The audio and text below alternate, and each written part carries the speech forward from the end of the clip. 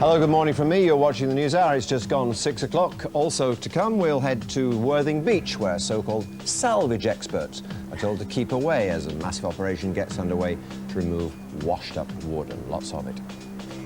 After past, the woman who loves being pregnant, Jill Hawkins, has no children of her own, but plans to bear an 8th surrogate child. And over in La La Land, Carla will look ahead to today's announcement of the Oscar nominations. Away from La La Land and back to the soggy land of Britain. How's it looking, Andrea? It's looking cold up there today, Penny. Good morning. So much so the Met Office has issued a flash warning this morning for icy stretches on untreated roads across southern Scotland, northern England and also eastern Wales. Now, this is where we saw the heavy rain and also snow falling. We saw very cold temperatures overnight, hence the problems with ice this morning. Quite a chilly start elsewhere, even away from where we're seeing those icy stretches. Across central, southern and eastern parts of England this morning, you should see some sunshine.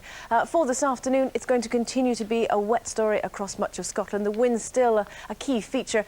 Southerly winds this time, so hopefully temperatures will start to increase over the next day or so. East to west split across England and Wales. Western areas always seeing more in the way of rain. More in 20 minutes.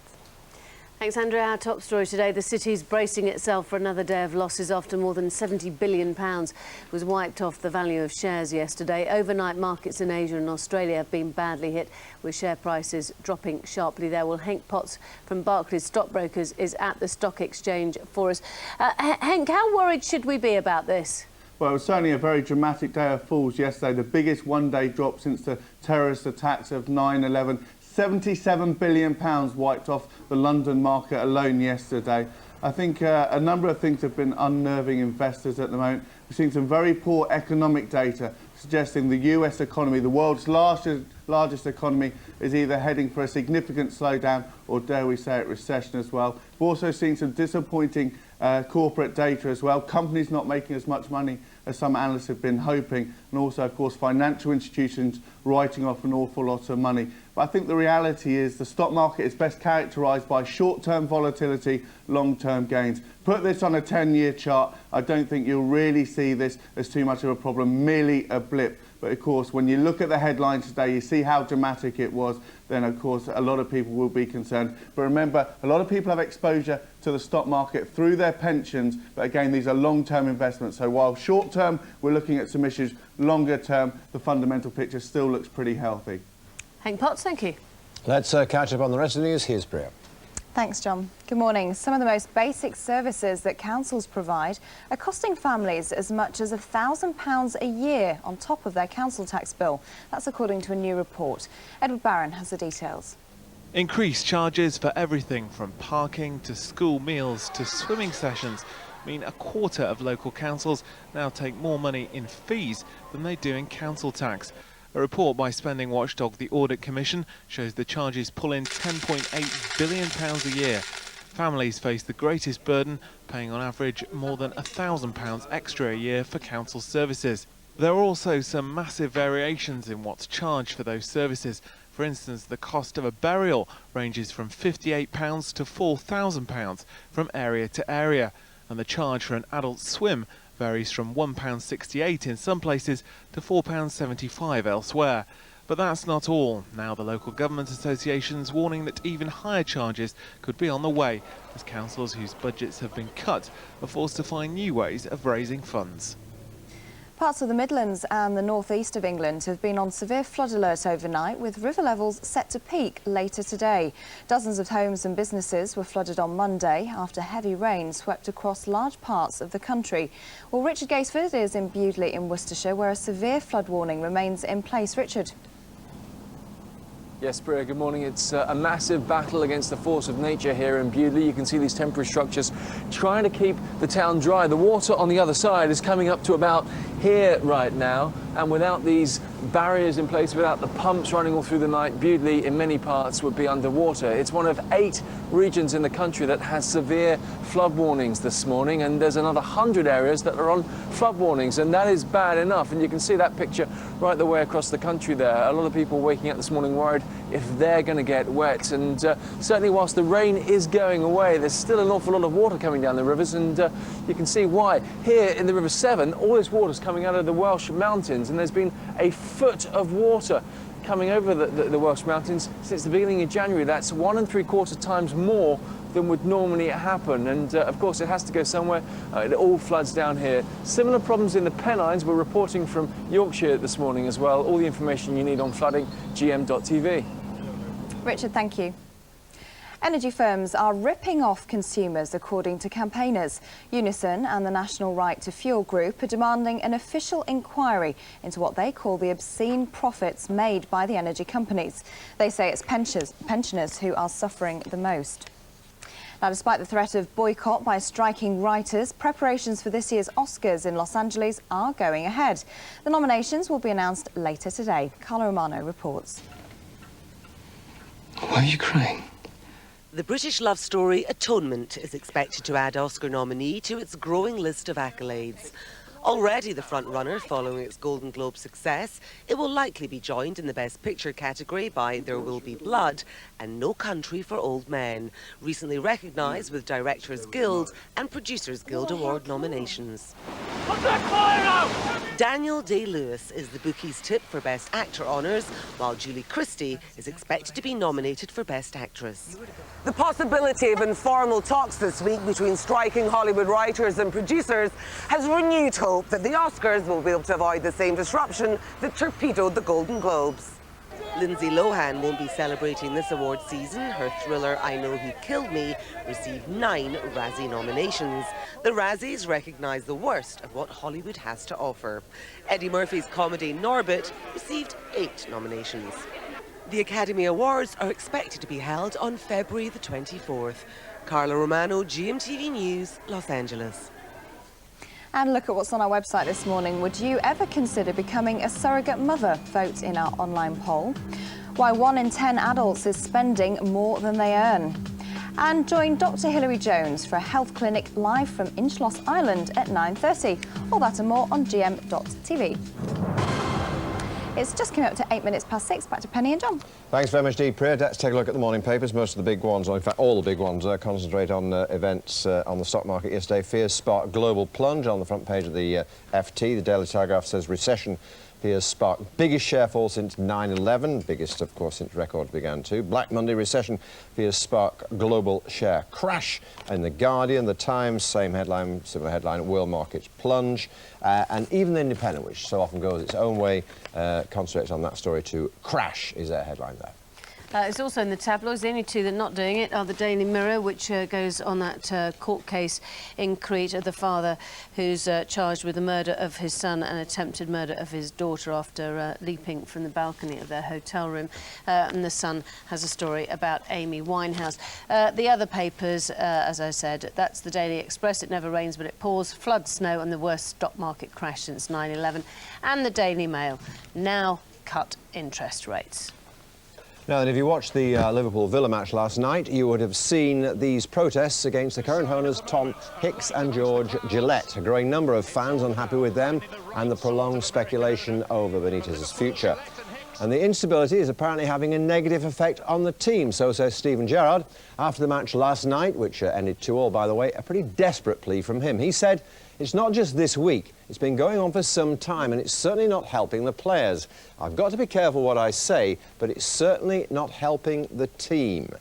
Unusual for a player to go out and make a statement like that. Let's see what is made of it by David Fairclough, former Liverpool star, who joins us now from Manchester. Good morning to you, David. Good morning, John. Obviously, Steve Gerrard feels pretty upset about this, otherwise he wouldn't have taken that step. Do you think it's affecting the team? I think it has been for some weeks, actually, and the players have been dismissing these thoughts, but unfortunately now 1 or 2 things have happened since, and it's fairly obvious that they're probably right to come in and acknowledge that there has to be some unrest, and the speculation is doing no good whatsoever. Do you think the Americans will go, or throw in the towel in the end and hand over the club to what effectively is a wing of the Dubai government?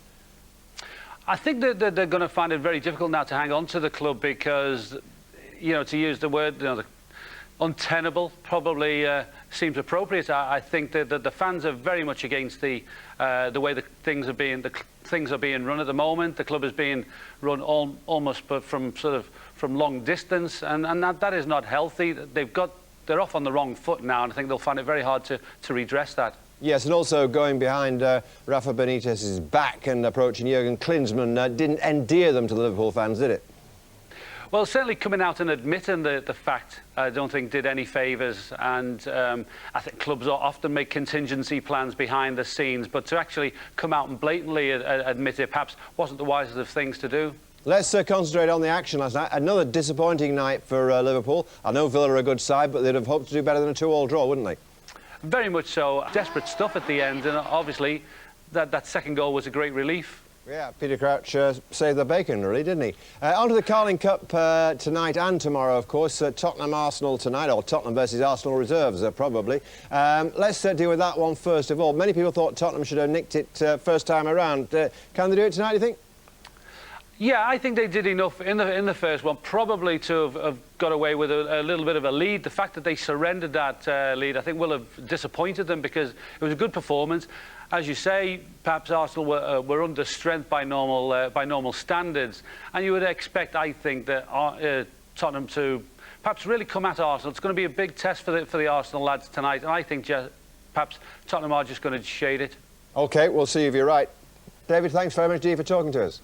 You're welcome, John. Time is 12 minutes past 6. Consumers are being ripped off by energy firms. So say the trade union Unison and the National Right to Fuel campaign. And they want an official inquiry into what they call the obscene profits made by the energy providers.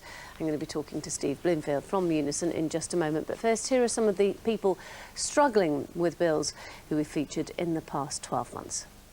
We decided to go monthly by our direct debit to budget, so we knew exactly what was coming out each month. Obviously, we thought we were doing the right thing. Bills come through and we still owe them money. So obviously the next option is to do something about it. You worry about the heating bills. You worry about, will you be able to pay them? Turn the fire on and stay in here. Put a blanket round me. Well, joining me now is Steve Bloomfield from Unison. Good morning to you. Those stories, of course, don't come as any surprise to you. You think that we're being overcharged? We think we do. We don't deny that fuel prices have increased, but basically we think they've been increased by too much.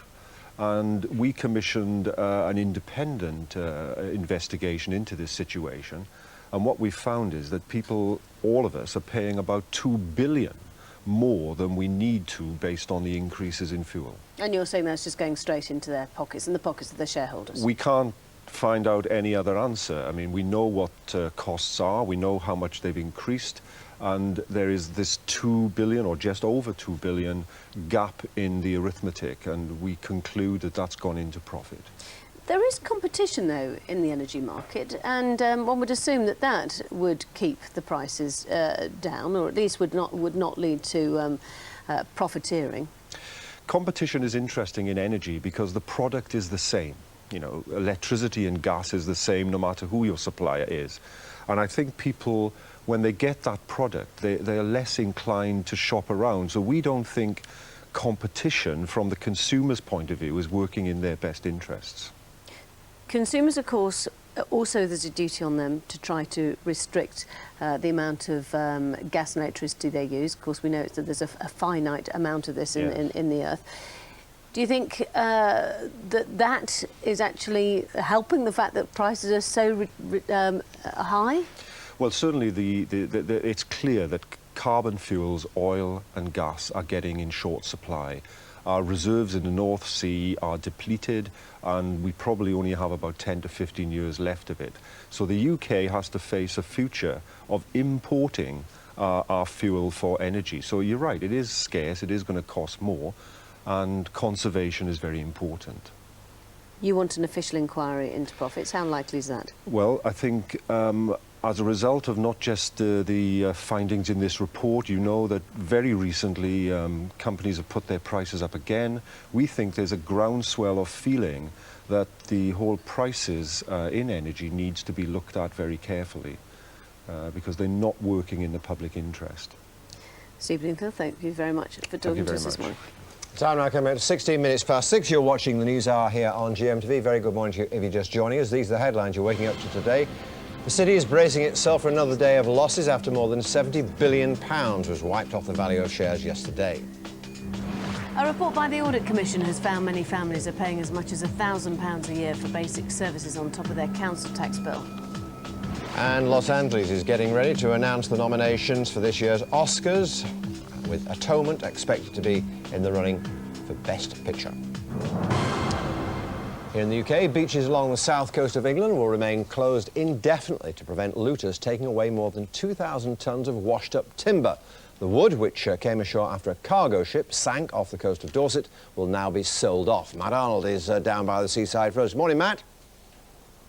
Good morning to you, John, and with me is Alison Kentuck, who is the Receiver of Wreck, Alison. That's correct. Which is a very historic title, and I'm sure we'd all like to know exactly what that means. But just to set the scene, John, well, you can see what it's like down here on Worthing Beach. All of this came off a ship, the Ice Prince, which sunk in the wee small hours just a week ago. 2,000 tonnes of timber washed up. Predominantly it's here at Worthing, but it's coming really from ferrying all the way to Brighton. And Alison, 2,000 tonnes of timber, Yes. it's a lot of wood, isn't it? It is a lot of wood, as you can see from the pile surrounding us here on the beach. Who owns it?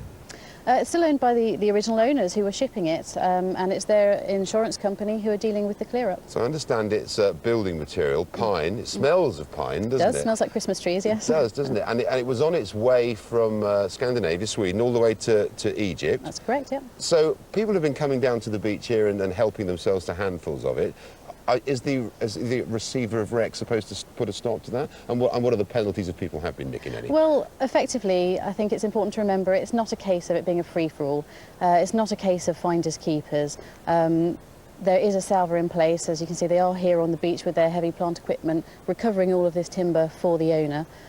So we are advising other people to not make any further recoveries. Well, so far they've tidied it all up in big piles away from the tide line, Yeah. so that's how we can see security have been going up and down with dogs. They got heavy plant here, but it's quite dangerous for the public. I mean, we've been allowed down especially by security. The beach is essentially shut at the moment. Yes, Worthing Beach is closed, yeah, while the plant equipment is working on the beach. So how long are the people going to be off the beaches for? Because it says indefinitely in my extensive briefing notes. Well, obviously it's very much weather dependent, but I would say it's going to be weeks rather than days to clear up all of the timber on the beach. And there's fines involved as well, if you do take some?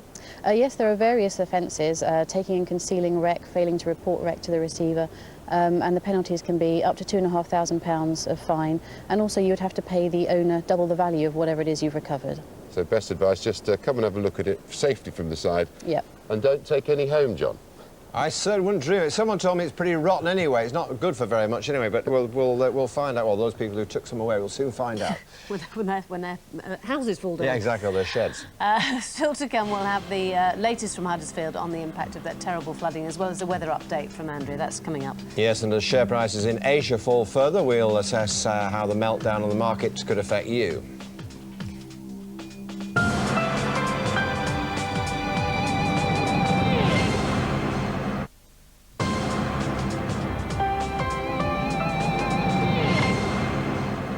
Time is 6:21. You're watching the News Hour on GMTV. More than 100 flood warnings are still in place across Britain this morning. Dozens of homes and businesses were flooded yesterday, and river levels aren't expected to peak until later today. Well, Rachel Harrison's in Huddersfield, one of the areas affected. Rachel, excellent reflection there.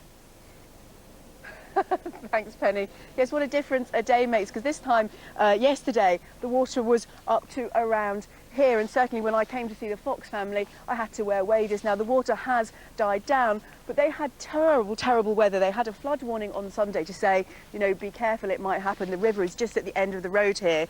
They breathed a sigh of relief when they went to bed on Sunday night, but on Monday morning the river levels had risen by around 10 feet, and by 10:30 this whole area was underwater, and they had around a foot of flood water in the house. Now I'm going to try and get my cameraman to come through here. It's very slippy underfoot, but Mary has been living here for a number of years now. Just talk me through, I mean, just look at the state of the kitchen is fairly miserable for you. How bad was it yesterday? Well, it was very upsetting, obviously for me, because it's not the first time it's happened. It happened 5 years ago, and it's actually, it's you know, when I tried to get as much things as I could, as you can see, upstairs, but it's like the water's gone now, but it doesn't stop for me. You know, obviously I was out 6 months last time. 6 months last time, that's what's going to happen now, because the water levels, everything's going to have to dry out, you're going to have to get rid of the whole bottom end of the kitchen, start all over again. Yeah. Now, talk me through the logistics, because you didn't stay here last night, obviously. No, I didn't. Obviously, we weren't able to stay here, so Hannah, my eldest daughter, and me went to my brother's. My youngest daughter stayed with my sister, and Gary did actually stay here. And that's very upsetting because it's split the family up as well. Yeah. Have you managed to save anything? You've got some of the children's presents here that for Christmas, that they've been okay. Yeah, I did actually save, obviously, a lot of things. Last time, 5 years ago. No, I didn't. I didn't save anything. But yes, I have this time. Well, you only have to look underfoot though. The carpets are absolutely sodden. And if we just come in here and see Hannah, you came back from school yesterday terribly upset, didn't you? How's it been for you? Well, it's been upsetting, like, having to leave my home and all my family. And you remember it the last time, don't you, when you were out for 6 months, so you're worried about where you're going to live for the next couple of months? Yeah. Well, I know your younger sister's been too upset to come back, but this story, there are lots of people up and down the country that are having the same problem as you. I hope you sort things out. I hope you find somewhere to live, and thanks for letting us in this morning. And Penny, it's really, really awful for these families because it is literally a nightmare for the next couple of months, and not being able to live with all your possessions and things is fairly hard. So my heart goes out for them this morning. Rachel, thanks very much. And if you're affected by the flooding this morning, send us your pictures or video to 60001. Messages cost 50p plus your standard network charge. Terms and conditions can be found at gm.tv /terms, and suitable ones may also appear on our website. Right now, time 25 minutes past 6. Let's see how the weather's shaping up for the rest of the country. It's looking like it's calming down through today, which is good news, but an icy start for some. Let's take a look. GMTV weather, sponsored by Nestle Cereals. Whole grain for the whole family every morning.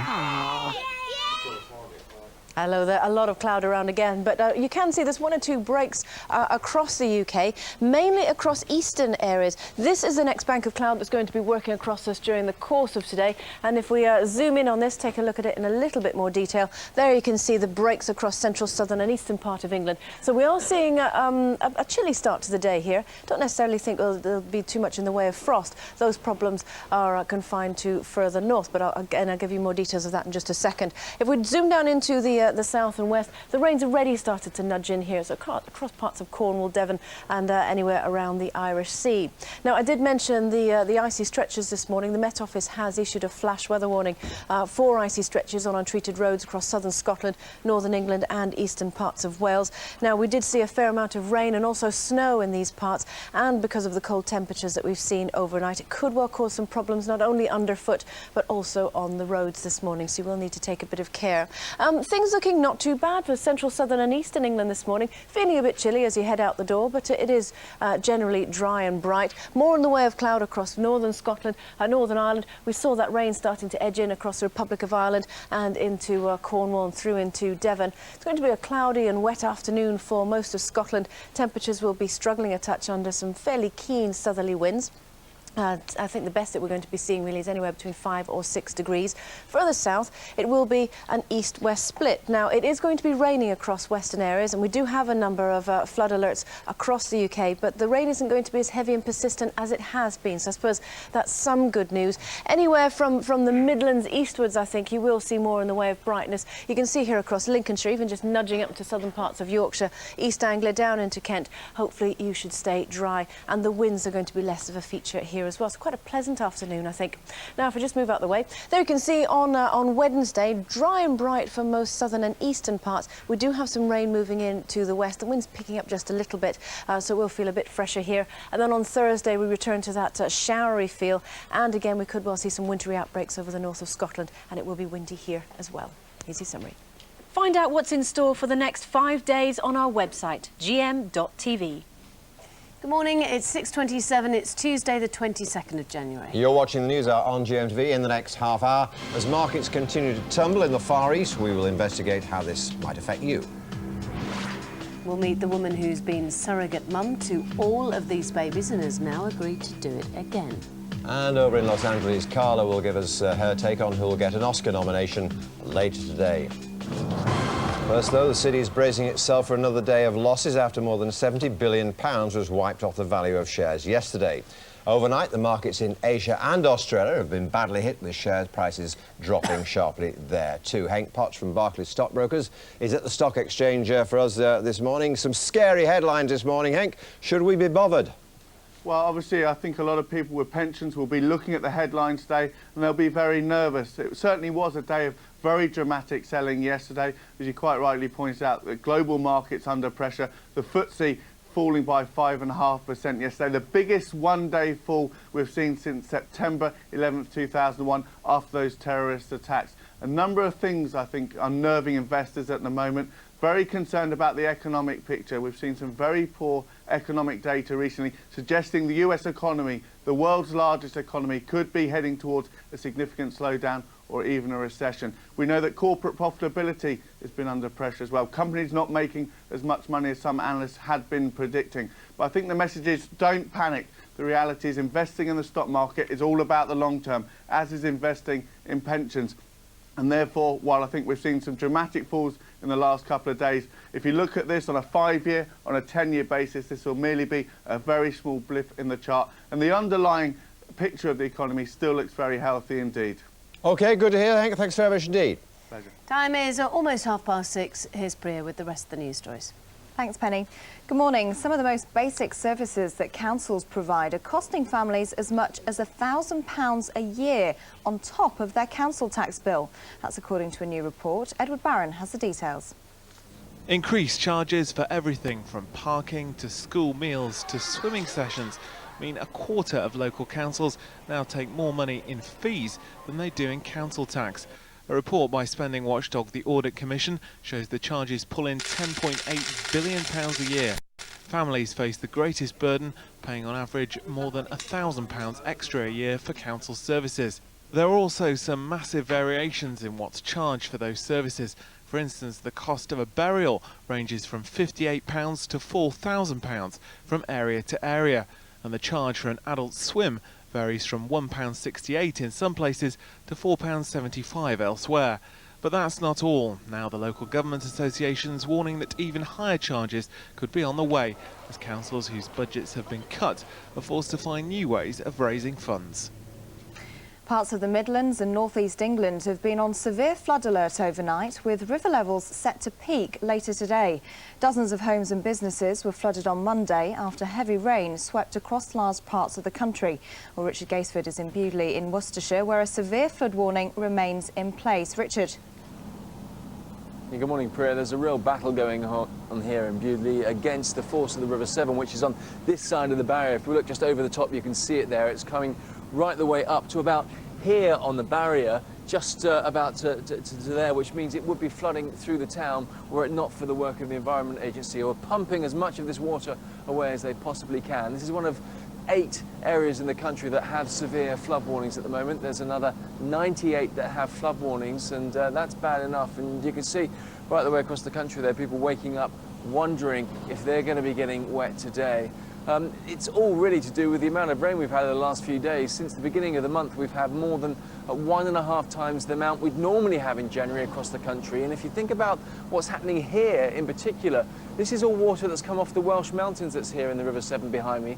And they've had 1.75 times the amount they'd normally have, some foot of water since the start of the month. So an awful lot of water coming down the hills, coming down the river, and really starting to threaten homes, businesses and people here in this particular part of the country, Priya. Richard, thank you. Schools Minister Ed Balls will announce new measures today to cut childhood obesity. He's expected to say that by 2011 it'll be compulsory for all children aged 11 to 14 to take cookery lessons. They'll have to learn how to cook 8 basic nutritious meals. The ongoing battle for control of Liverpool Football Club is unsettling the players, according to the skipper Steven Gerrard. After last night's 2-2 draw with Aston Villa, Gerrard admitted that the club's off-field crisis was not helping the side's problems. A growing number of fans are unhappy with the club's American owners. Meanwhile, in America, the gloves were off last night as the 3 Democratic candidates hoping to make it to the White House went head-to-head in a live debate. All pretense and politeness was dropped as the debate got rather personal. Julian Drucker was watching the proceedings. Two things. You talked about admiring Ronald Reagan, and you talked about the ideas of the Republicans. For those American viewers used to confrontational talk shows, the debate between the Democratic frontrunners had just as much anger and accusation. While I was working on those streets, watching those folks see their jobs shipped overseas, you were a corporate lawyer sitting on the board of Walmart. I was fighting these fights. I was fighting against those ideas when you were practicing law and representing your contributor, Resco, in his slum landlord business in inner city Chicago. In the campaign's fiercest debate yet, this rebuke from the man trailing in third place. This kind of squabbling, how many children is this going to get health care? How many people are going to get an education from this? But amid the tension ahead of this weekend's South Carolina primary, We're just getting warmed up. Now, Hillary is remaining strong. Look at what's on our website this morning. 62% of you would not consider becoming a surrogate mother. Would you? You can vote in our online poll. Also, why 1 in 10 adults is spending more than they earn. And join Dr. Hilary Jones for a health clinic live from Inchloss Island at 9:30. All that and more on GM.TV. It's now 6:34. Here's what's happening where you are.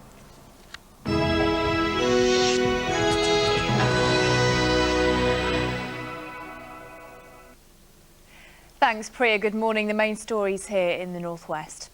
People across the northwest are waking up to assess the damage after heavy rain battered the region. Thousands of people were affected by the weather yesterday, but this morning the Environment Agency has downgraded its warnings to flood watches in most areas.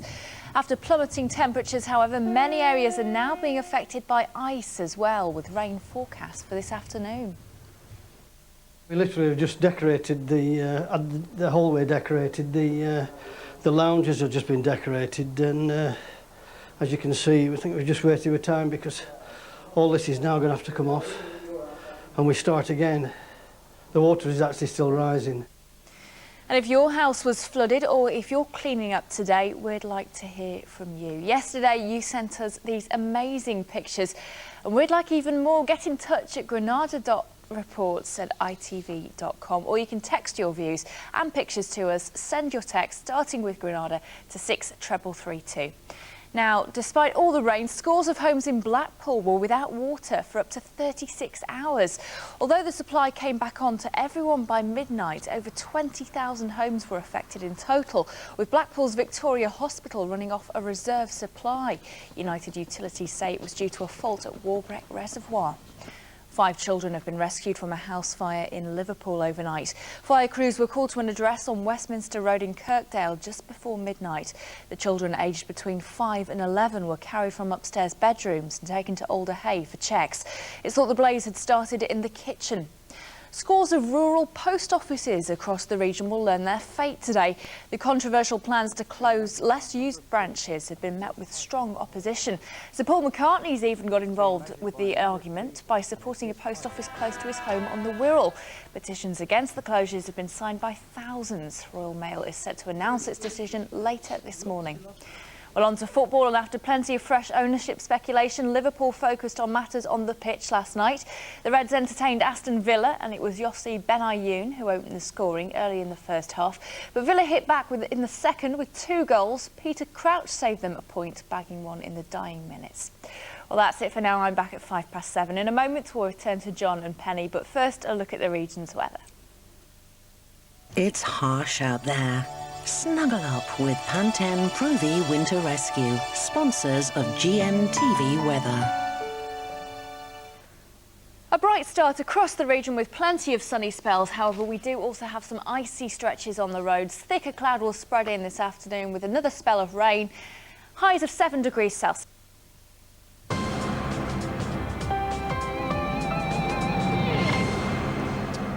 Welcome back. Now, you may remember this time yesterday I showed you a letter sent to the home of my late mother, June, who died last May, from Her Majesty's Revenue and Customs Office in Leicester. Here it is. It's a final demand for tax I'm sure she doesn't owe anyway, and it's addressed to her Mrs. J. Stapleton, deceased, right across the envelope. Now, in my view, that is a thoroughly crass and insensitive way of communicating with the bereaved, but common practice, according to many of you, our viewers. Thanks very much indeed for all your calls and emails telling of similar insensitivity. Well, a little later yesterday, Inland Revenue here in London responded. They said, "We apologise for any distress. Please send us a copy of the letter and we will investigate immediately." Rest assured it's on its way. What's more, the Labour MP Keith Vaz, who was also on the programme, promised to take it up with the Chancellor of the Exchequer. Let's hope that he puts an end to it. I'll keep you posted. Penny. Let's have a quick look at the front pages, and most of the papers today going on the stock market. Recession fears sparked the biggest share fall since 9/11. That's on the front page of the Telegraph. The Independent crash. Tabloids now, and the Daily Mirror. There's only a couple who don't go on that story. That is the story of the court case from Crete, the man who is charged with trying to he's accused of murdering his son and attempting to kill his daughter, and the Sun has a story about Amy Winehouse. The rest of the papers all going on that term. Stock exchange never rains but it pours. Flood snow and the worst stock market crash since 9/11, and the Daily Mail now cut interest rates. And the R story of the morning, the little dormouse. Now, that little dormouse apparently wasn't very well, and so they had to feed him up because he wasn't going to make it through the winter time hibernating, and so they made him quite a little pocky dormouse so that he can actually go and have a little nap. I'm moved almost to tears, Penny. Look at the poor little Good God. She's quite grown up, really. Now then, let me tell you, don't need me to tell you, it'll be a nervous day in the city after all those headlines you saw there about the global stock markets tumbling notes here all over the world. And they're going to continue to do that this morning. More than £76 billion was knocked off the FTSE 100 yesterday amid fears of a recession in America. Anna Thomas has the details. Seeing red, but they're calling it Black Monday. More than 5% was slashed from the value of the UK's leading firms yesterday as investors suffered a serious panic attack. It's being blamed on the economic downturn in the United States, now showing signs of a full-blown recession. Last week, George Bush announced a rescue package worth billions of dollars, but far from boosting confidence, it only confirmed to markets around the world that America believes there's trouble ahead. Yesterday's loss was the city's biggest wipeout since the terror attacks of September the 11th sent world markets plummeting. It's been the worst start to a new year since the FTSE 100 index began. Some analysts are taking comfort from rumours that a cut in UK interest rates is on its way. But anyone with a pension or savings linked to the stock market could be feeling the effects of the city's Black Monday. Well, joining me now is financial expert Ros Altman. Ros, good to see you. Thanks very much indeed for coming in. Never mind these city slickers, they can look after themselves, and I'm sure they will. What about those of us, as Anna was saying in that report, with pensions linked to the stock market? Should we be worried this morning? Well, I think most people do have their pensions invested in shares, but you mustn't forget that shares have gone up an awful lot over the past few years. The economy's done incredibly well for a long time. Basically, we've been binging on credit, on borrowing, and we're having a bit of a hangover right now. I don't think anyone should expect shares will keep going up and up and up every year in a straight line forever. No. And is it not possible that some of those major investors, or some of the people who look after big pension funds, not individual pension funds, might have sold a lot of this off last week, might have seen this coming?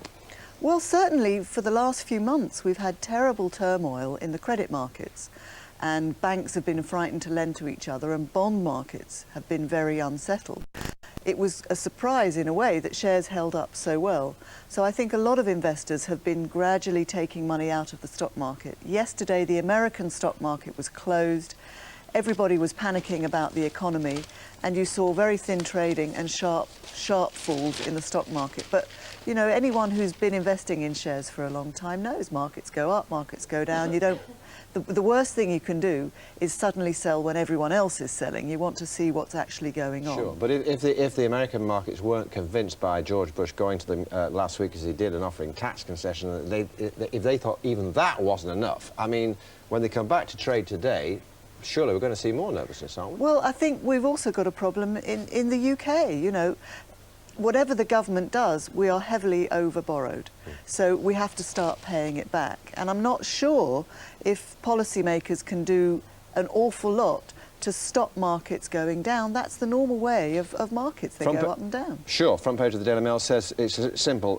Cut interest rates now. And Hank Potts, who was talking to us from the stock exchange earlier, was reckoning that, you know, interest rates could come down to 4% by the end of the year. And the underlying sort of strength of the economy is still quite solid. We don't need to panic. Is he over-optimistic?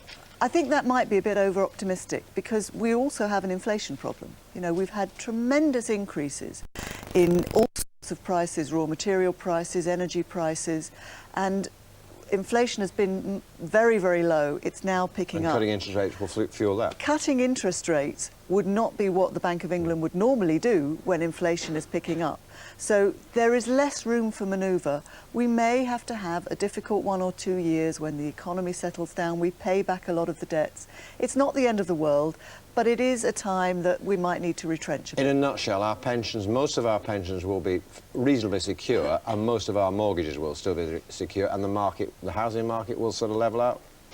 Again, I wouldn't expect the housing market to do very well in the current environment, but it's done so well over the last few years. I think people are used to huge rises, and you're going to have to need to see some period where, you know, people's incomes catch up with prices of houses, or house prices come down so we can afford them. Bit of a reality check. Indeed. Ros, good to see you. Thanks very much indeed. Lovely to see you.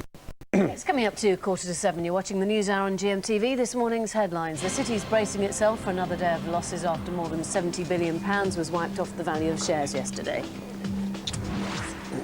A report by the Audit Commission has found many families are paying as much as £1,000 a year on top of their council tax for basic services.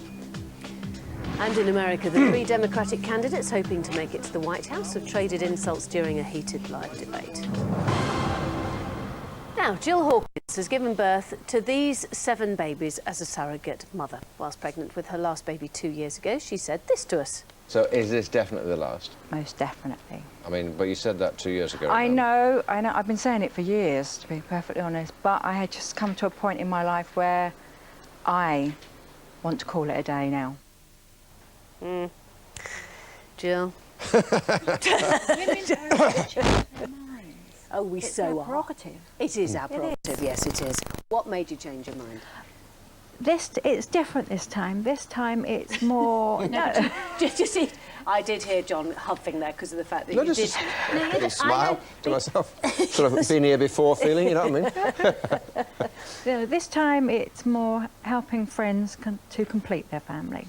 Now, when you talk about helping friends, these are people you help with their first child. Yes. And you went round to see them, and they commented possibly that they would quite like to have a little brother or sister. Yeah, they were back with cots in the hope of looking for another surrogate because they knew I had retired. Yes. So, and I just offered. I said, "No, I'll do it," and they were quite shocked, obviously. But I could see how parenthood had changed them, and how much they doted on Isabel, and they're such a lovely family, and it'd just be so nice to have a genetic sibling for Isabel. The thing is, we don't generally talk about women's ages on this show, but you are 43, so is it going to be a bit more difficult, you think, this time? Yes, certainly difficult. Yeah, I mean, I have got pregnant for them with twins, which have sadly died. You lost the twins, yes. Yes, so we are going to try again, but we're just going to give it about 6 months, and if nothing happens, then we'll call it a day. Right, you are going to put yes. a limit. What is it about this surrogacy that you like so much that you've done it so many times? I love being pregnant. I love feeling a baby move around inside me. But you don't want one for you? Wonderful. You don't want a baby yourself? No, I want a cat. You want a cat? Sorry. And why is that? No, I'm an animal person. I just prefer animals, so... And what about the effects of surrogacy, though? I mean, it must be difficult handing over the babies. Yes, it's difficult, yes, but not so much for me in that I'm not giving up something that I want for myself, which sounds incredibly selfish and cruel, but I don't mean it like that.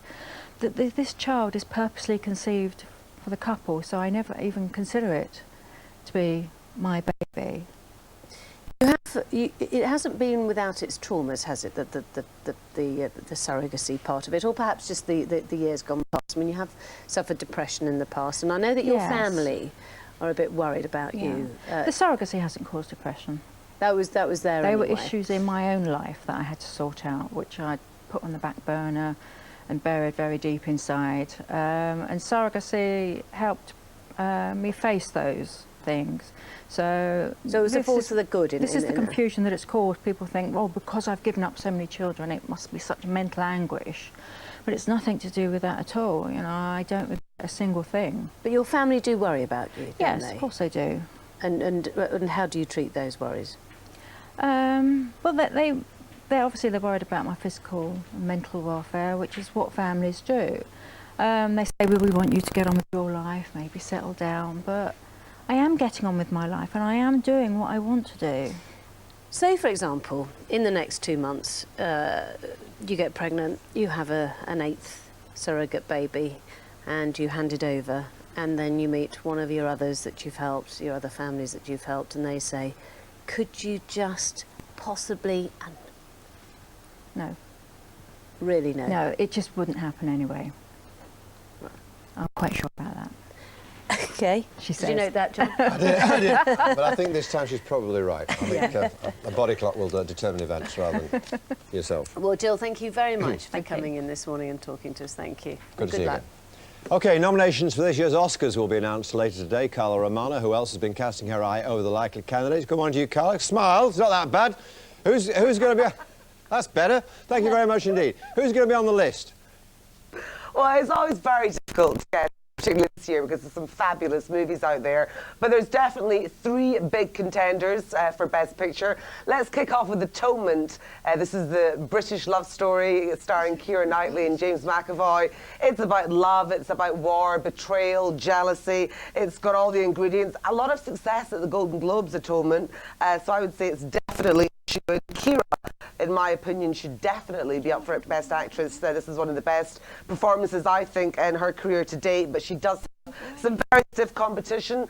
Another Best Picture contender likely to be There Will Be Blood. Been a lot of buzz about this movie, particularly because of Daniel Day-Lewis's sterling performance. He really gave an incredible my left foot type performance. Remember, he won the Oscar for that. So everybody's talking about him not only being nominated, but getting that Best Actor. In terms of Best Movie, depending on what way the Academy are going to go, because it is pretty downbeat. And then there's also No Country for Old Men, starring Tommy Lee Jones and Josh Brolin. This is about a drug deal gone wrong and about how the lives of 3 men crisscross as the drama unfolds. Josh Brolin, just for your information, he's also going to be starring in Oliver Stone's new movie about George W. Bush, so watch out for that one.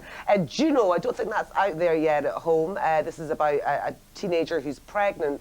That might be the dark horse, I think, in this year's Oscar nominations. OK, what about Best Actor, Best Actress? Daniel Day-Lewis, in my opinion, definitely. Keira Knightley, probably. Julie Christie, John, definitely, absolutely, without a shadow of a doubt. Her performance was incredible as an Alzheimer's sufferer in the movie Away From Her. She won the Golden Globe, and I would not be surprised if she did a Helen Mirren and walked away for Best Actor Oscar. Hopefully, though, John, we will see an Oscars ceremony this year. As you well know, there's a writer's strike out here in Hollywood just now. We know that there should be some kind of informal conversations with the producers and the writers this week, so hopefully all get hammered out a deal and we will be at that Oscars ceremony. Otherwise, I won't have to choose my dress, John. You just have to stay inside and make yourself baked beans on toast again. What a shame that would be. Pity to spoil a great night out for you. Carla, good to see you. Thanks very much to you, my love.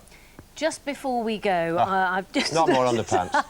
No. This is how to get on a bus, John. Oh, really? We didn't know. This is one of the biggest bus companies, which is actually telling you how to do it. First of all, just in case you don't know, you have to actually make sure you know which bus to catch. And as the bus approaches, you have to check if the number's right and where it is, and then wait until it stops before you get on, John. Don't try and smash your way in. To who are we indebted for that? This is Stagecoach. Stagecoach. Yeah. Thank you very much to you, Stagecoach. And you're allowed to sit on the seats. Don't know how we've got through life without you. That's it from us. Fiona and Ben are here next with GMTV Today. After the break, the weather with Andrea.